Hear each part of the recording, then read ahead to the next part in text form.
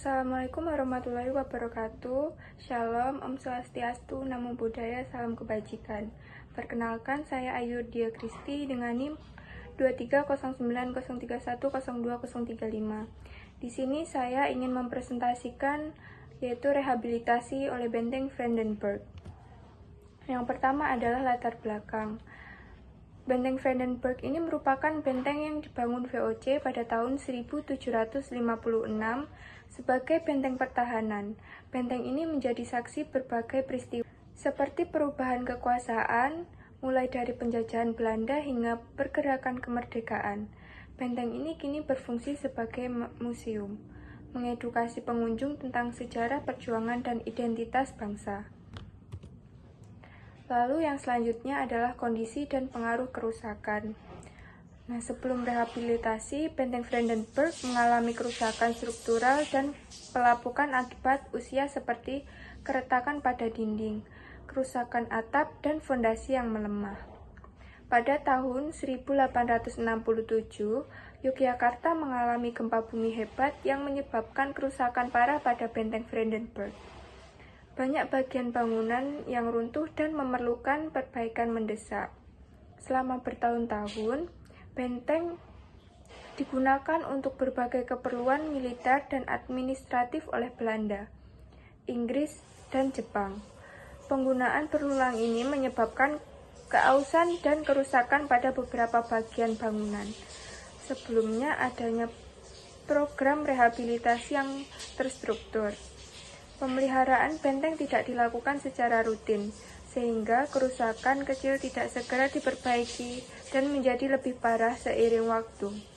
Rehabilitasi yang dilakukan kemudian bertujuan untuk memperbaiki kerusakan-kerusakan ini dan mengembalikan Benteng Brandenburg ke kondisi yang lebih baik, sekaligus menjaga keasliannya sebagai situs bersejarah. Lalu selanjutnya adalah perencanaan rehabilitasi.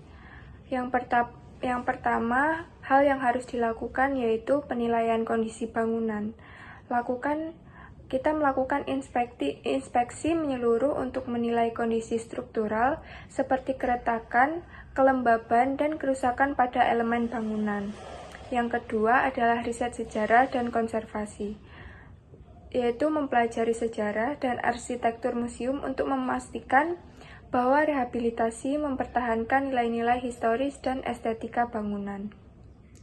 Yang tiga, perencanaan desain, yaitu perencanaan desain rehabilitasi yang mencakup penguatan struktur, restorasi elemen arsitektur, dan perbaikan fasilitas.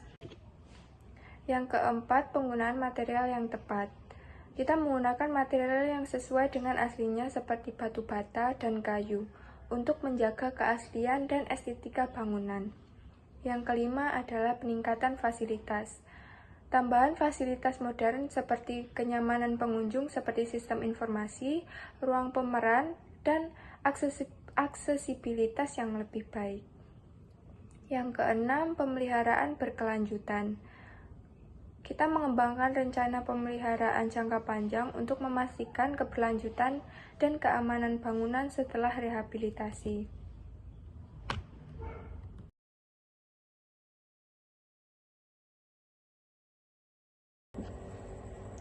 Lalu yang selanjutnya adalah pelaksanaan rehabilitasi. Pelaksanaan rehabilitasi Museum Benteng Brandenburg Yogyakarta dilakukan dengan tujuan untuk menjaga dan melestarikan bangunan bersejarah tersebut agar tetap menjadi warisan budaya dan dapat dinikmati oleh generasi mendatang. Rehabilitasi ini mencakup berbagai aspek seperti perbaikan struktur bangunan, pemugaran bagian yang rusak, dan penataan ulang fasilitas museum agar lebih menarik dan nyaman bagi pengunjung. Selanjutnya adalah pengembangan dan pemanfaatan. Menurut penelitian dari UNS, dimulai dengan revitalisasi yang berlangsung antara 1976 hingga 2011. Revitalisasi bertujuan untuk melestarikan struktur fisik bangunan dan mengubahnya menjadi museum yang dibuka untuk umum sejak 1987. Pemanfaatan benteng kini lebih diarahkan sebagai pusat edukasi sejarah, menampilkan pemeran tentang perjuangan Indonesia selama masa kolonial.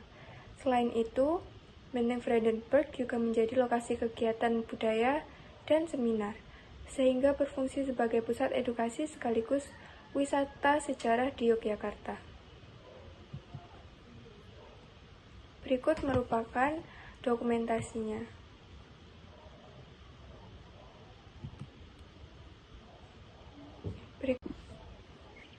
Berikut merupakan sumbernya. Sekian dari saya, terima kasih atas waktu yang telah Bu Reta luangkan. Wassalamualaikum warahmatullahi wabarakatuh.